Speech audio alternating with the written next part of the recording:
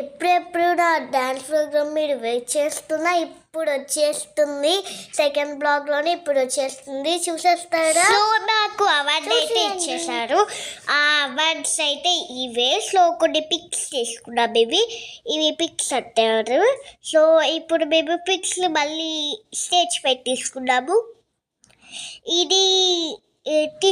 ఇది అయితే కాల్టా బాటతోటి ఫొటోస్ తీసుకున్నాం అనమాట. సో ఇలాగా చూసారు కదా, బాగున్నారు కదా వాళ్ళు కూడా.